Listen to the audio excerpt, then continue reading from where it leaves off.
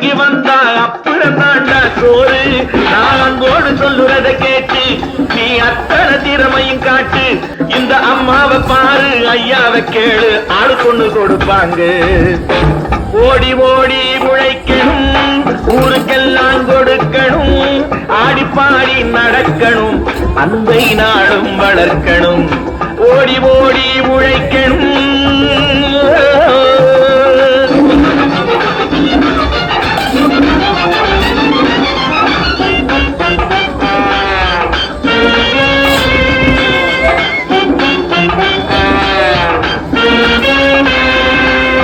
சோம்பேறியாக இருந்து விட்டாக்கா சோறு கிடைக்காது தம்பி. சுறுசுறுப்பில்லாம தூங்கிக்கிட்டு இருந்தா துணியும் இருக்காது தம்பி. சோம்பேறியாக